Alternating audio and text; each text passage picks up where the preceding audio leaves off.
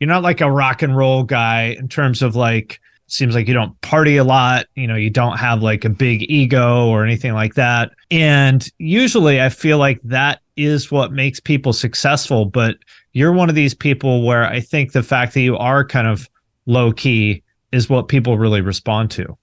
Yeah, well, I always say like I'm not hot enough to have an ego. You know what I'm saying? Like if I was way hotter, I'd be a fucking asshole. No, I'm just kidding. Right. If I looked like Andy Biersack, I would just treat everyone like absolute shit.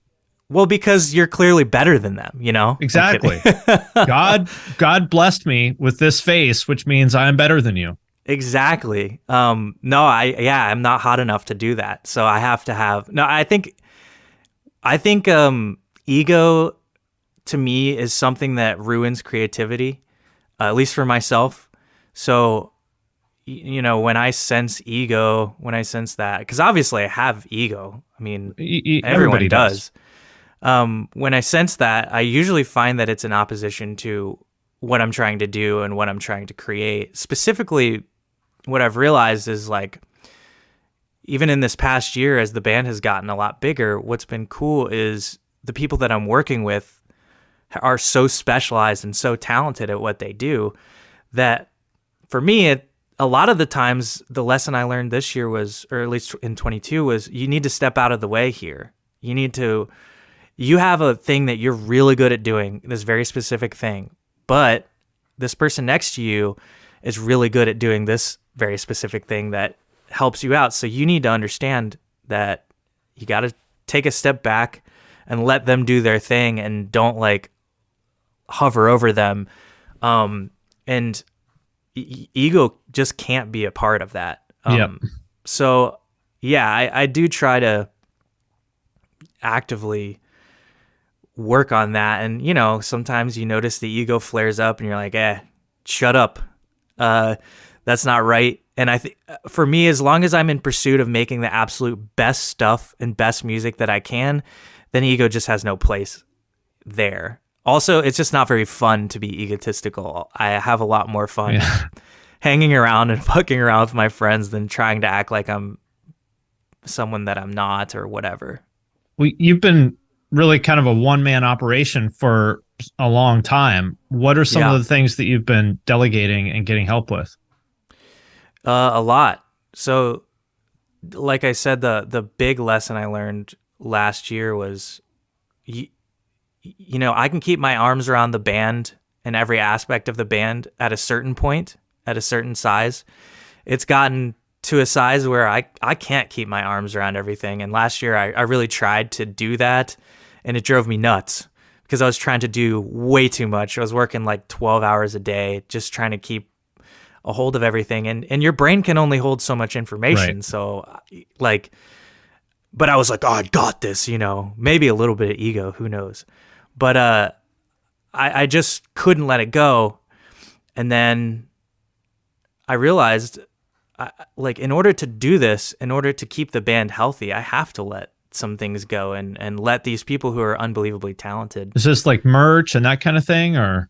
It's about every facet of the band. So I got a manager, a booking agent, business manager, lawyer. I have a live band now. And so merch. You were doing all that stuff yourself before? Essentially, yes. And even on the live aspect, I was teching the band. I was. No, I'll tune your toms. Yeah, I was essentially like, tuning everything, setting up guitar strings, all that stuff. And but when you have Josh Manuel in your band, just let him do his fucking thing. Well, once he got in the band, I was like, I don't need to worry about this at all. Like, there's nothing you're going to do with drums that is going to be better than what he was doing. Fuck no. And so, it was great because that helped me learn like, oh, Josh is in the band. He is the best drummer. Like in my mind, he's the best drummer. He's my number one pick. And then we get Reese in the band, and he's, in my mind, my number one pick for guitar. So I'm like, I no longer need to worry about that. Gabby and Kat, saxophone and then bass and keys, they're now so good and so specialized at what they do that I don't need to worry about those things anymore. And now I can just walk out on stage knowing that in my mind, I have the best live band that exists. And I can just have fun and do my thing, which is, making poop jokes on stage, which is really my specialty and why God put me on this earth. So we all have a gift. I was born to stereotype. That's my thing. Well, I'm just really good at stereotyping people.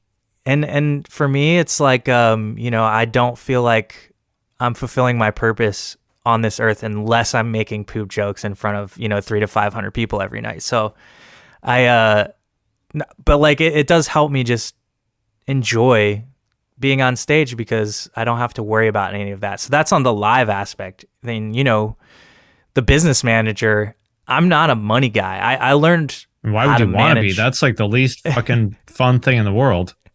It's so important though. Yeah, it's super important. But like, if you can have somebody else do it for a reason, and they'll pay for themselves because, all the savings and whatnot they find.